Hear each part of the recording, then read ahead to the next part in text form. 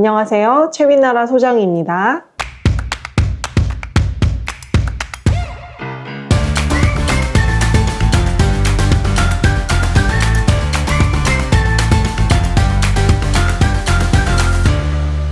연말 연시에 가족 모임도 많고 또 가족 여행 일정도 많으시죠? 가족이 이렇게 함께 있는 시간이 많으면 참 행복을 꿈꾸고 행복한 시간을 우리가 상상하는데요. 참 아이러니하게도 가족이 함께하는 시간이 길어질수록 다투고 싸우고 또 마음이 불편한 일들이 참 많이 있습니다. 부부가 부부싸움을 할 때 여러 가지 이유가 있겠지만 가장 단편적인 예로는 말에서부터 시작하는 경우가 많지 않을까 예상해 봅니다. 제가 얼마 전에 릴스에도 글을 올렸는데요. 같은 의미지만 다른 말투일 때 우리에게 전달되는 마음과 감정은 참 다른 것 같습니다.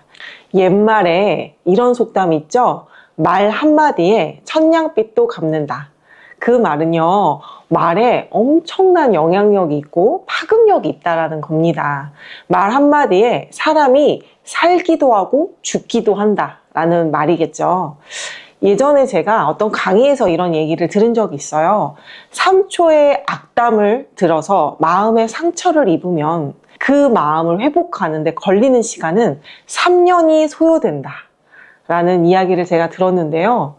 이만큼 말이 우리에게 전달되어졌을 때 느껴지는 그 감정과 그 생각들은 우리의 인생을 바꿔놓기도 할 만큼 아주 큰 역할을 합니다.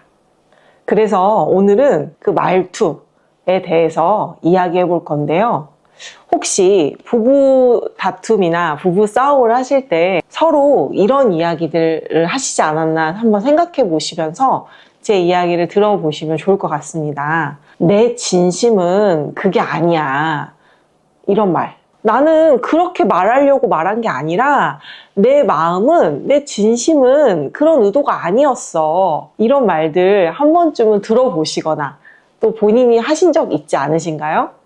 우리가 부부싸움을 할 때 내 진심은 그게 아니었어. 내 마음은 그게 아니야. 오해야. 라고 하는 그 말을 할 때 그 상황을 한번 우리가 생각해 볼게요.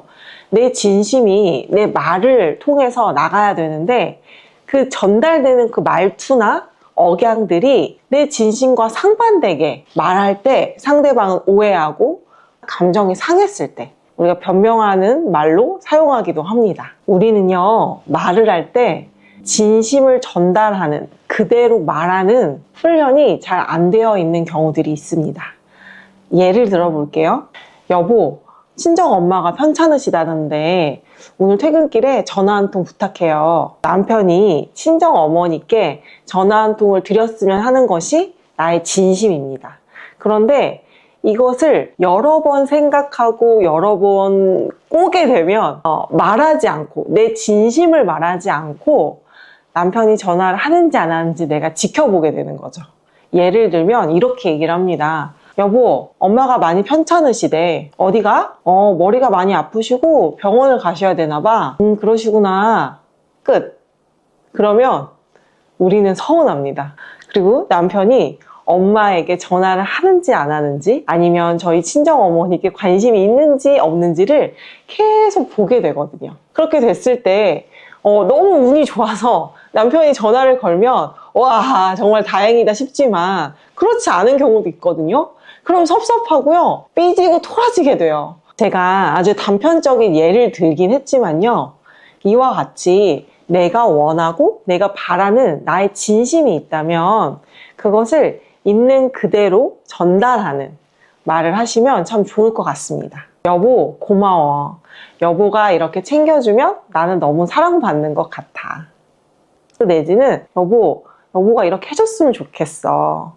나는 여보가 이렇게 해줄 때 사랑을 느껴. 나는 사랑을 느낄 때 제일 행복하거든? 이렇게 나의 진심을 있는 그대로 편하게 얘기할 때 사실 가장 행복하고 가장 편한 사이가 된다는 거 잊지 않으셨으면 좋겠습니다. 부부에게 있어서 가장 중요한 건 무엇일까요? 누군가가 저에게 그런 질문을 하신다면 저는 바로 존경하는 마음이라고 생각할 것 같습니다. 존경하는 마음 안에는요, 신뢰가 당연히 밑바탕이 되어 있어야 하고요. 많은 긍정적인 자원과 생각들이 내포되어 있어야만 존경하는 마음이 생길 수 있습니다.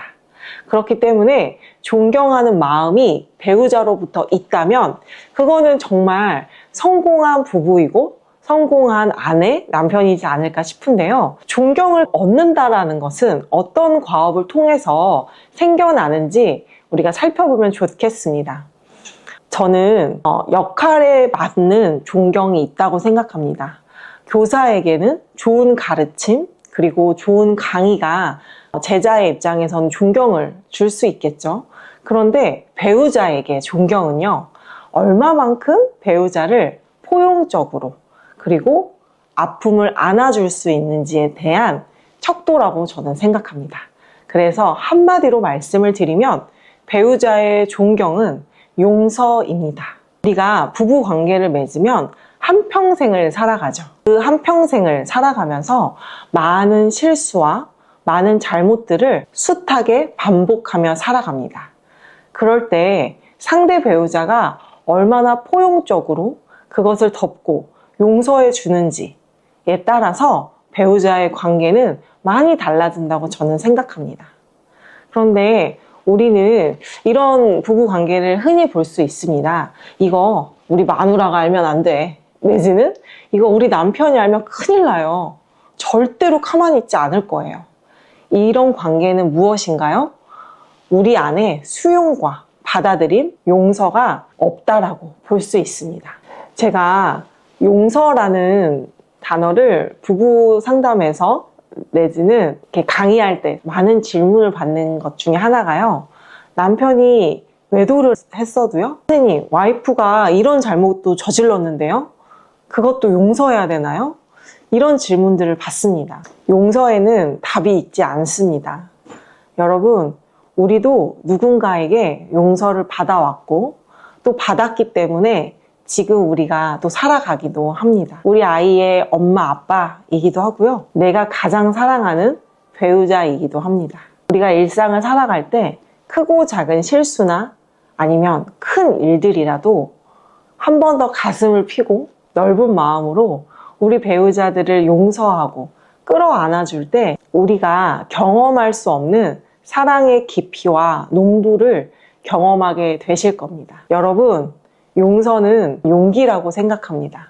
오늘 내 배우자를 위해서, 내가 사랑하는 우리 남편과 아내를 위해서 용기를 내보시면 어떨까요? 여러분, 제가 예전에 부부 상담 강의를 들으면서 이런 이야기를 들은 적이 있습니다. 남편이 바람 피는 것보다 남편이 시댁 가서 와이프 욕하는 게 더 힘들고 더 싫다. 제가 그때 당시에는 결혼 전이었거든요. 그래서 제가 생각을 했습니다. 그래도 바람 피는 게 더 싫지 않을까? 여러분들은 어떠신가요?